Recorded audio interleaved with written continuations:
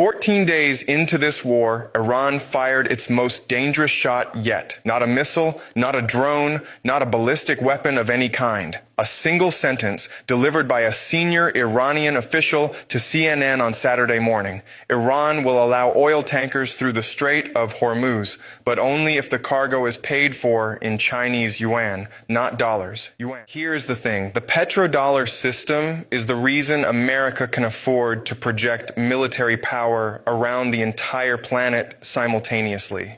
It is the reason America can run deficits that would bankrupt any other country. It is the reason that despite spending trillions on wars, on debt, on everything, the dollar remains the currency every country on earth needs to hold. Remove that system, or even seriously damage it, and the financial foundation underneath American global power begins to crack. And Iran just threw a stone directly at that foundation. To understand why this matters, you need to go back to 1971. Before that year, the dollar was tied to gold.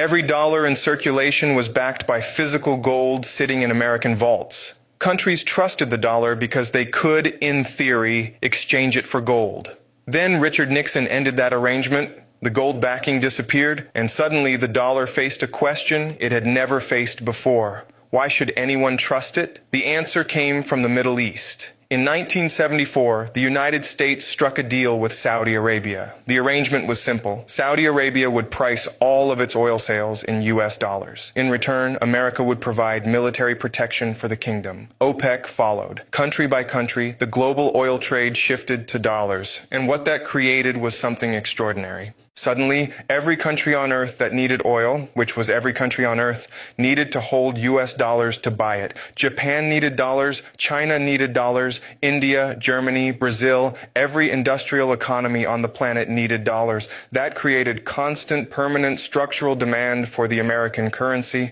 and that demand is what allowed America to borrow endlessly, spend endlessly, and maintain a military presence across the globe that no other country could afford to replicate.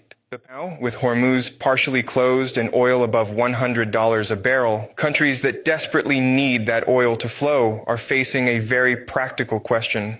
Do they wait for America to reopen the strait on dollar terms? Or do they quietly accept Iran's yuan condition and get their oil moving again? The answer is that some countries are not waiting. India received direct assurances from Tehran's ambassador of safe passage. India is already navigating the calculation of whether to accept yuan terms to keep its energy imports flowing. Turkey is in the same position. The Gulf states are already diverting what oil they can through alternative pipelines.